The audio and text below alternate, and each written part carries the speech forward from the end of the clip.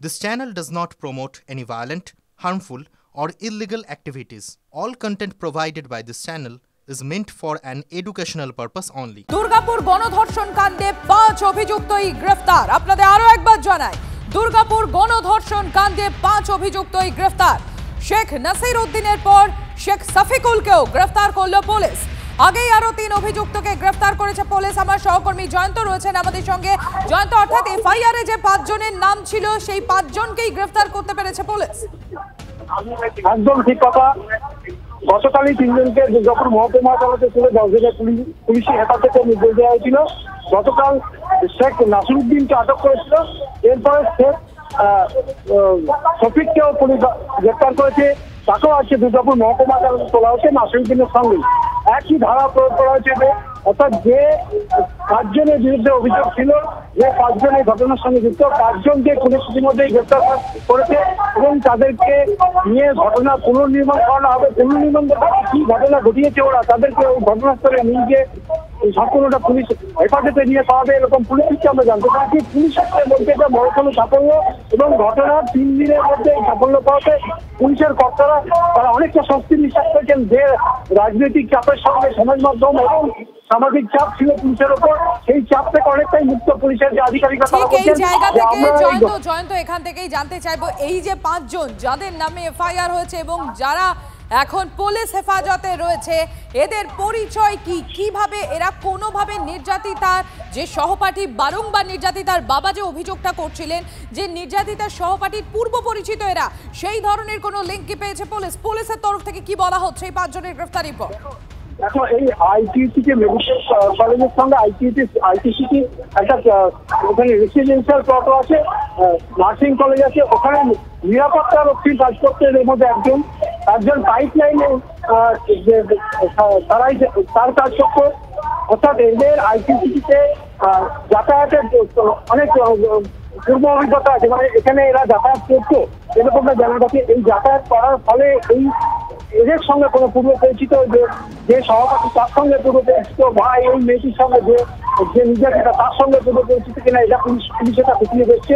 এছাড়াও একজনের জানা গেছে যে দুর্গাপুর পুরসভার যে অস্থায়ী কর্মী হিসাবে কাজ করতো, যদিও তার রাজনৈতিক পরিচয় নিয়ে এখনো পর্যন্ত পরিষ্কার হয়নি। তবে জানা গেছে যে তৃণমূলের যে সংগঠন আছে সেই সংগঠনের সঙ্গে যুক্ত ছিল। তো তৃণমূল দাবি করছে যে আমাদের সমর্থক হতে পারে, কিন্তু আমাদের কোনো সক্রিয় সদস্য নয়। তৃণমূল গায়ে ঘাড়ার চেষ্টা করছে।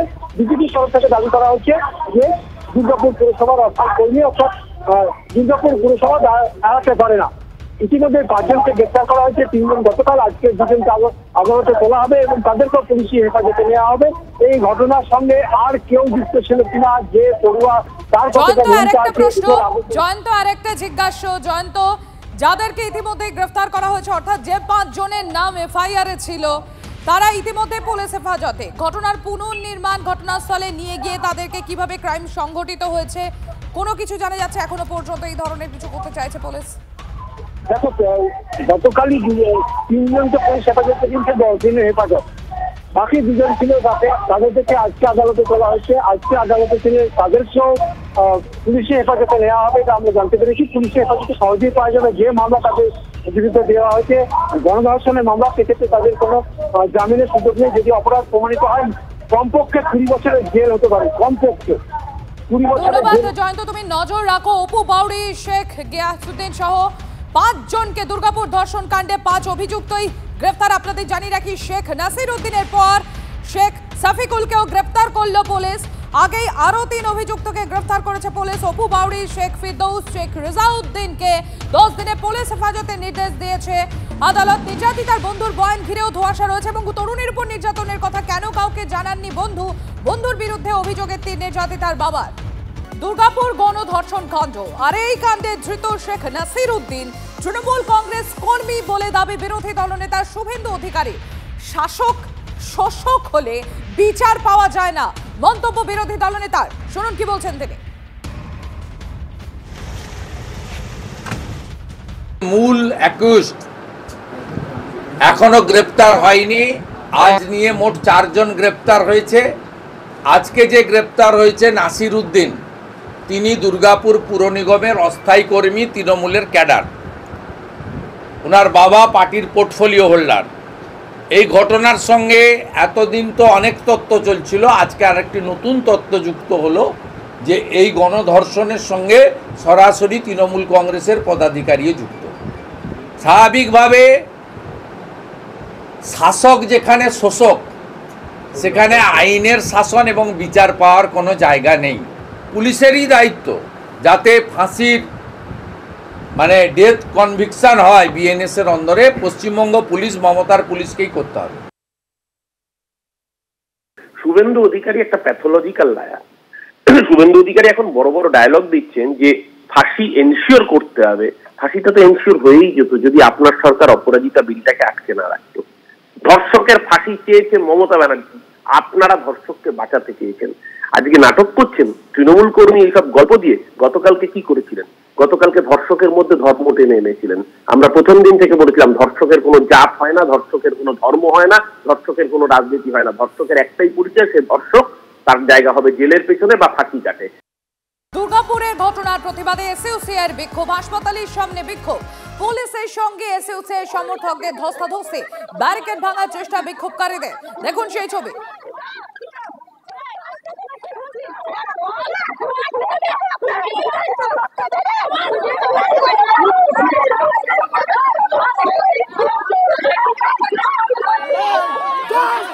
দুর্গাপুরের ঘটনার প্রতিবাদে এসইউসিআইয়ের বিক্ষোভ, হাসপাতালের সামনে বিক্ষোভ, পুলিশের সঙ্গে এসইউসিআই সমর্থকদের ধস্তাধস্তি, ব্যারিকেড ভাঙার চেষ্টা বিক্ষোভকারীদের।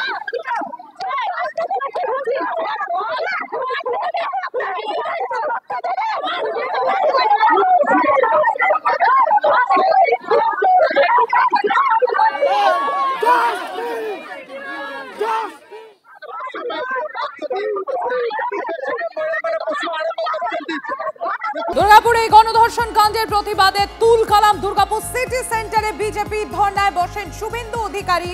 সিটি সেন্টারে ধর্নায় বিরোধী দলনেতা শুভেন্দু অধিকারী রাস্তায় বসে প্রতিবাদ। দুর্গাপুর গণধর্ষণ কাণ্ডে দোষীদের ফাঁসি চেয়ে স্লোগান, পুলিশের নিষ্ক্রিয়তার অভিযোগ তুলে স্লোগান বিজেপি। শান্তিপূর্ণ ধর্নায় মঞ্চ ভাঙছ কেন? পুলিশ তুমি জবাব দাও। মমতা পুলিশ হায় হায়, মমতা পুলিশ হায় হায়, পুলিশ মন্ত্রী হায় হায়, পুলিশ মন্ত্রী হায় হায়, কন্যা বাঁচাও, কন্যা বাঁচাও। ধর্ষকদের নেত্রীকে বেটি, আমি পুলিশকে হুঁশিয়ারি দিয়ে যাচ্ছি, 10টা থেকে 11টা করেছেন, এখন চুপ করে দাঁড়িয়ে আছেন কেন? ক্ষমতা থাকলে করুন। আমি এখানে বলে গেলাম, একজন বিজেপি কর্মী ধর্ণা মঞ্চ ছেড়ে যাবেন না। যদি যেতে হয় পুলিশের প্রিজন ভ্যানে যাবেন, নিজেরা যাবেন না। আর কি করে মমতা পুলিশকে শিক্ষা দিতে হয়, এই রাজ্যের বিরোধী দলনেতা যার কাছে 1956 ভোটে দোকান কাটা মমতা ব্যানার্জি হেরেছে, আমি জানি কি করতে হয়। আমার বোনের সম্মানের জন্য বিজেপি রাজ্য সভাপতি শ্রমিক ভট্টাচার্যের নেতৃত্বে 1 ইঞ্চি জমি ছাড়বে না। বেশি রাতে মেয়েদের বাইরে বেরোতে নিষেধ করলেন মুখ্যমন্ত্রী মমতা বন্দ্যোপাধ্যায়। ছাত্রী ধর্ষণের ঘটনায় কার্যত বেসরকারি হাসপাতালকেই দায়ী করলেন মমতা। মেয়েদের রাতে বেরোতে অনুমতি দেওয়া উচিত নয়, জঙ্গল এলাকায় মেয়েদেরও নিজেদের রক্ষা করতে হবে, পুলিশ সব বাড়ি বাড়ি গিয়ে বসে থাকবে না, মন্তব্য মুখ্যমন্ত্রী। So all the private medical college, whose responsibility? How they came out in the night at 12:30.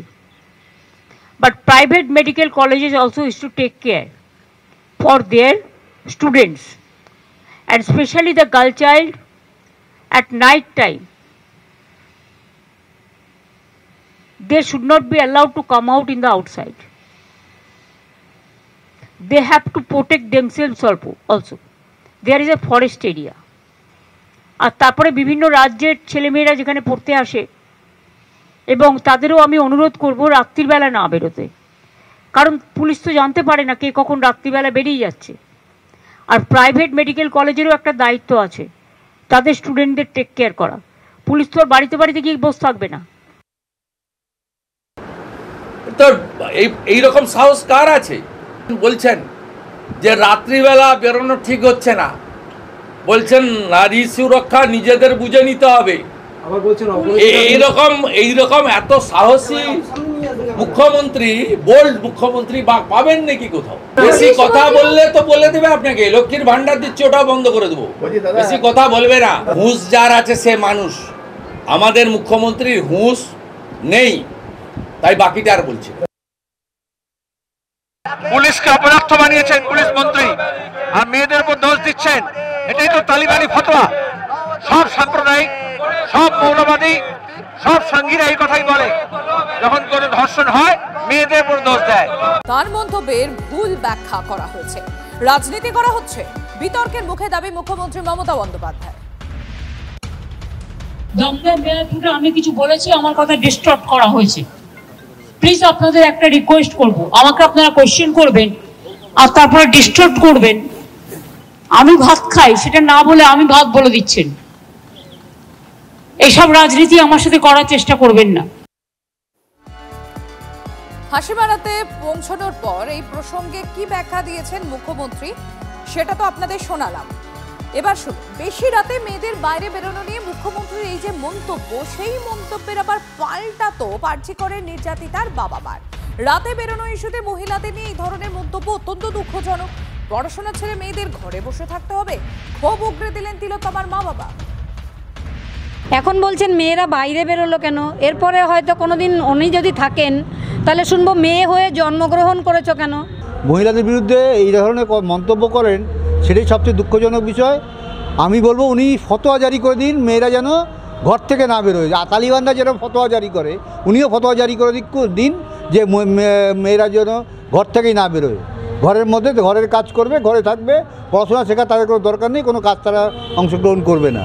ওড়িশার মেয়েকে সুরক্ষিত রাখতে পারেনি বাংলায়, বাঙালি হিসেবে আমরা লজ্জিত, বললেন শুভেন্দু অধিকারী।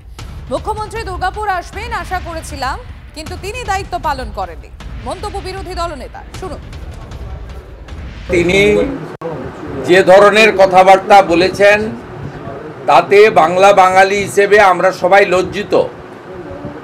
একজন মুখ্যমন্ত্রী বলছেন গার্ল চাইল্ডরা রাত্রে বেরোবে না, বলছেন মেয়েদের নিরাপত্তা নেই, মেয়েদেরকে বুঝে নিতে হবে।